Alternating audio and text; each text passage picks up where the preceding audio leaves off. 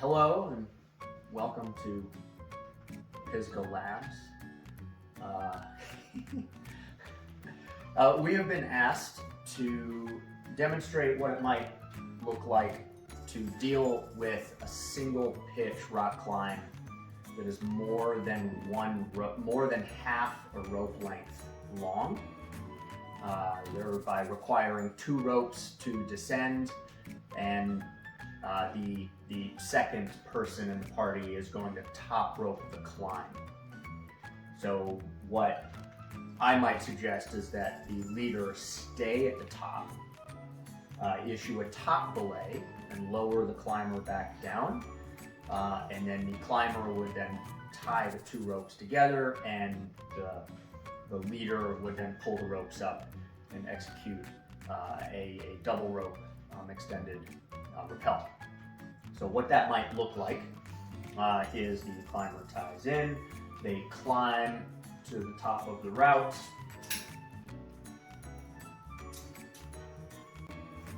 ideally having pre-rigged their quad, but I'm going to go ahead and tie the quad just so you can see what tying the quad looks like. Double up your double length sling. If this is a Dyneema sling, a double length sling will work for this. You just tie overhand knots. Tie overhand knots at the end there. Clip your ends.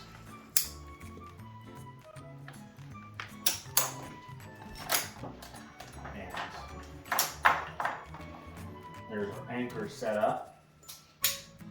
We've used carabiners. Typically it would be quick links or chain or something like that.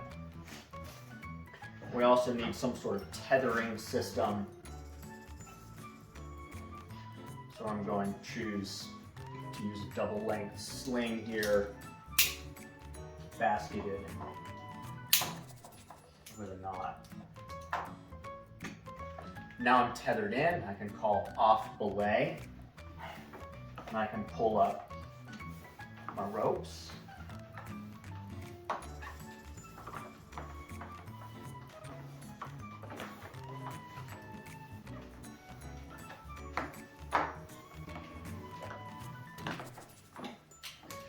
Until my climber lets me know that I've pulled tight on them,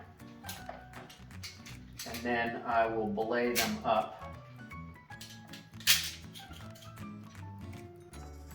There we go. How many, when you tethered into the quad there, Rick, how many strands to the quad did you clip? 2.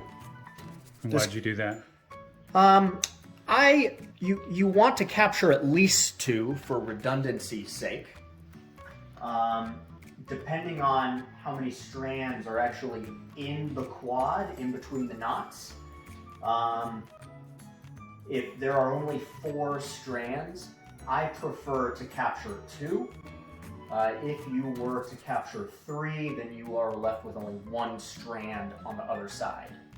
And if one of the legs or the components in the system were to fail, you could potentially be left hanging on a single strand in that situation. So I tend to capture 2 or half of the strands that exist in between the knots of the quad. It is possible if you have a quadruple length sling or a cordelette, you can actually build a quad that ends up with 6 strands in between the knots, and then you have 3 usable pairs, which can be nice. The other option is just to clip 3, but generally speaking, clip half. Right, why not clip, well there's 4 of them, why shouldn't you just clip all 4? If you clip all 4, you wouldn't actually be redundant because the knot can go through the carabiner. If one leg were to fail, then that whole leg could pass through the carabiner and release the system. So you do want to capture in between the knots, and to do that you need to clip not all of them. I tend to clip half or 2. Most quads end up with 4, so I'm clipping 2. Okay, so we belay the climber up. Great, they're up there. Now I need to lower them down, so I need to redirect my breaking strand. It looks like that. And then when you pull the lever, you lower the climber, controlling that brake strand, of course. Once the climber is on the ground, they will untie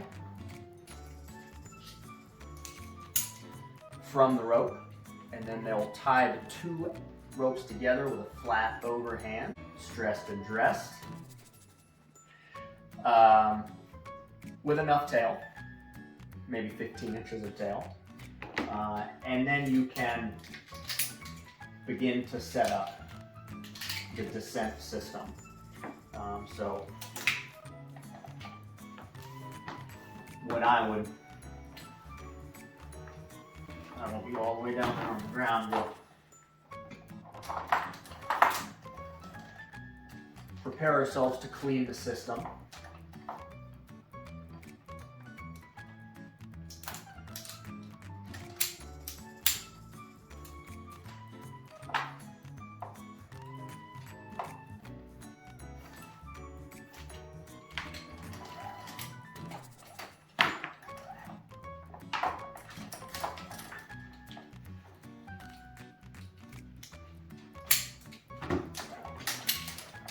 I pull my ropes through.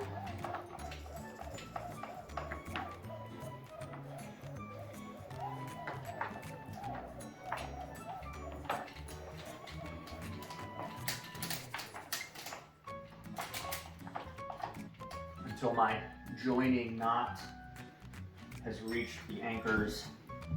And at this point, I will rig my rappel.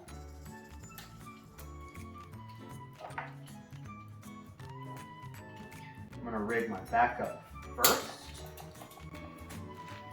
I have a lot of rope dangling down there. If you rig the backup first, then the backup can hold the ropes, making it a little easier to rig the rappel.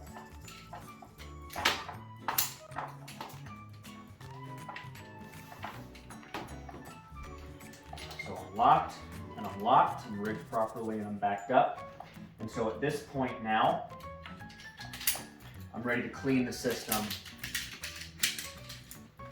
and descend. So I'll need to get my weight off of this system somehow.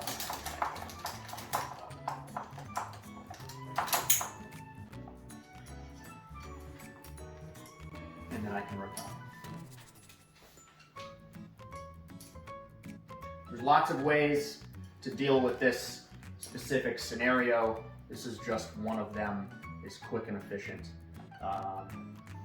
I prefer to belay from above when we have a lot of rope in the system because we have less rope stretch. If you were to belay from below, it was like a slingshot top rope system, you just end up with a tremendous amount of rope stretch because you have so much rope in the system. If you were to do that, which would be okay, you may want to consider using a double fisherman's or a Flemish bend as your joining knot here instead of a flat overhand. That's all we got for this particular scenario. Thanks for watching.